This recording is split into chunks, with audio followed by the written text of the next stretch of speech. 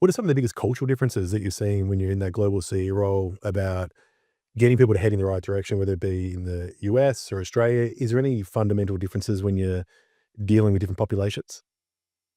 From the end consumer perspective? Franchisee perspective Franchisee, first. okay, Yep. franchisee perspective first.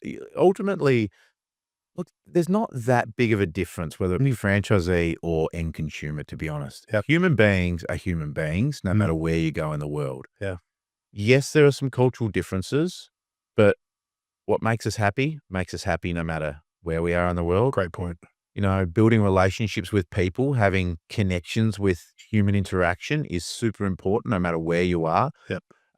People feeling heard, listened to, having the opportunity to have their say is Mm. absolutely critical. People wanting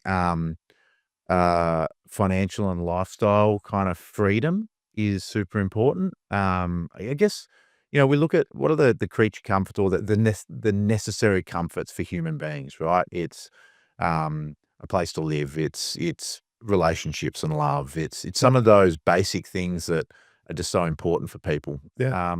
So I don't think it's too dissimilar. I mean, ultimately, the way people interact is a little bit different. You know, Mm. for example, if I talk about my corporate team here in Australia, we tend to run with a fairly flat type of structure in an org chart, for example, right?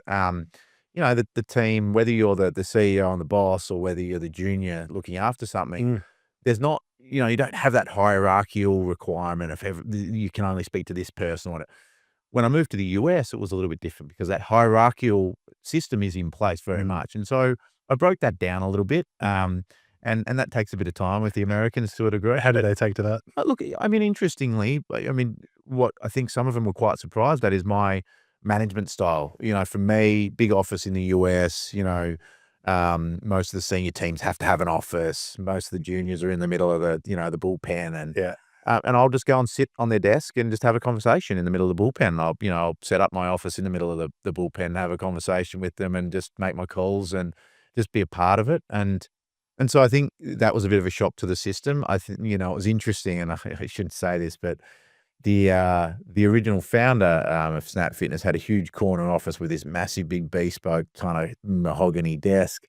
And I was only a couple of weeks in, and we took a sledgehammer to that desk, and we pulled the desk out, and it went, and we turned that corner office into a nice lounge for the team. And I moved into a little space, and I'm sure he or she would have been happy with that. yeah. No, I and the kid, to be honest. I mean, he liked the little suite that I built, but look, at the end of the day, it's just there's not that much difference. A little Mm. bit of cultural difference. So maybe the approach, but the overall, what we're all there. And franchisees are the same, right? And so that's Mm. why we have a franchise advisory council in each of the regions. And those you know, from each of the regional franchise advisory councils, we have a representative or a couple of representatives that go into the global one. Mm. Because at the end of the day, the structure is the same. We don't need to tweak it too much. We felt the exact same from a consumer perspective. We did some huge market research coming out of COVID in 2020, Mm. which really informed the repositioning of the Snap Fitness brand. I mean, for Yep. anyone that knows us, you would have seen our old logo, look and feel, the fast, affordable, convenient tagline, which is now for the feeling.